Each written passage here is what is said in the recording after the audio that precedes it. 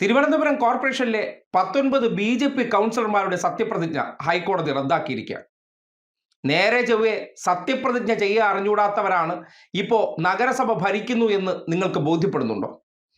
ശാഖയെ ചെയ്യുന്നത് പോലെയും അല്ലെങ്കിൽ വീട്ടിൽ ചെയ്യുന്നത് പോലെയും വേറെ എവിടെയെങ്കിലുമൊക്കെ ശാഖാ കളരികളിൽ ചെയ്യുന്ന പോലെയാണ് ജനപ്രതിനിധിയായി തിരഞ്ഞെടുക്കപ്പെട്ട് കഴിഞ്ഞാൽ സത്യപ്രതിജ്ഞ ചെയ്യേണ്ടതെന്ന് ധരിക്കുന്നവരാണ്. ആ വിഡ്ഢി ചിന്തകളാണ് ഇപ്പോൾ കോർപ്പറേഷനകത്ത് ഭരണസമിതിയിലെ കൗൺസിലർ എന്ന് തെളിയിക്കുന്നതാണ് ഹൈക്കോടതിയിൽ നിന്ന് പുറത്തു വന്നിരിക്കുന്ന ഉത്തരവ്. തിരുവനന്തപുരം നഗരസഭയിലെ ബി.ജെ.പി കൗൺസിലർമാരുടെ സത്യപ്രതിജ്ഞ റദ്ദാക്കിയിരിക്കുന്ന പ്രധാനപ്പെട്ട വാർത്തയാണ്.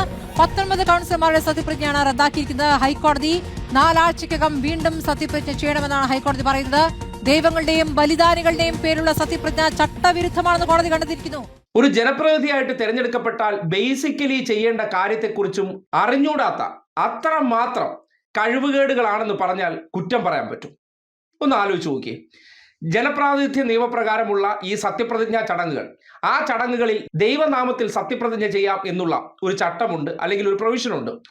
അത് വെച്ച് മാത്രമേ സത്യപ്രതിജ്ഞ ചെയ്യാൻ പാടുള്ളൂ എന്ന് പോലും അറിയാതെ, അതുപോലും പറഞ്ഞു കൊടുക്കാതെ ഈ പശുവിനെ മേച്ചുകൊണ്ട് നടക്കുന്ന മനോഭാവത്തിലാണ് സത്യപ്രതിജ്ഞ ചെയ്യേണ്ടത് എന്ന ആ രീതി. അതിൻ്റെ അടിസ്ഥാനത്തിലാണ് കഴിഞ്ഞ നവംബറിൽ 45 വർഷത്തിന് ശേഷം അധികാരം കിട്ടി എന്ന ആഘോഷത്തിൻ്റെ പേരിൽ കരിക്കേത്തമ്മച്ചിയുടെ പേരിലും ആറ്റുകാലമ്മച്ചിയുടെ പേരിലും തലസ്ഥാനത്തെ മുഴുവൻ ക്ഷേത്രങ്ങളിലെ അമ്മച്ചിമാരുടെ പേരിലും സത്യപ്രതിജ്ഞ ചെയ്തു.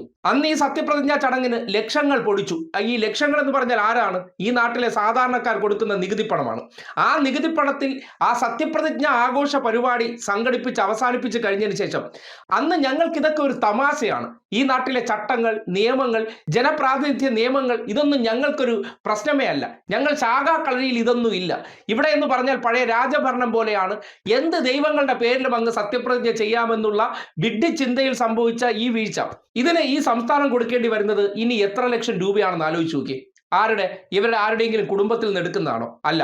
ഈ നാട്ടിലെ ജനങ്ങൾ കൊടുക്കുന്ന നികുതി പണം വീണ്ടും 4 ആഴ്ചയ്ക്കകത്ത് ഒരു സത്യപ്രതിജ്ഞാ ചടങ്ങ് സംഘടിപ്പിക്കേണ്ടിയിരിക്കുന്നു. ആരുടെ പണം പോകും? ഈ നാട്ടിലെ മനുഷ്യർ നികുതി കൊടുത്ത പണം പോകും. അന്നത്തെ ദിവസം ഈ ചടങ്ങ് സംഘടിപ്പിക്കാൻ, കാര്യം ഡിസ്ട്രിക്ട് കളക്ടർ ഉൾപ്പെടെയുള്ളവരാണ്, സാധാരണ സംസ്ഥാന തലത്തിലാണെങ്കിൽ ഗവർണറാണ് സത്യപ്രതിജ്ഞയ്ക്ക് നേതൃത്വം നൽകുന്നത്. അത് നിയമസഭയിലേക്ക് വരുമ്പോൾ സ്പീക്കറാകും. അതുപോലെ കളക്ടറാണ് ഈ മുനിസിപ്പൽ കോർപ്പറേഷന്റെ സത്യപ്രതിജ്ഞയ്ക്കൊക്കെ നേതൃത്വം നൽകുന്നത്. ഇനിയിപ്പോൾ മേയറുടെ നേതൃത്വത്തിൽ അത് നടത്തിയേക്കാം. പക്ഷേ അന്നത്തെ ദിവസം ഈ ഉദ്യോഗസ്ഥർ എന്തെല്ലാം ജോലികൾ ഇതിനു വേണ്ടി ഇനി ഒരുക്കേണ്ടിയിരിക്കുന്നു.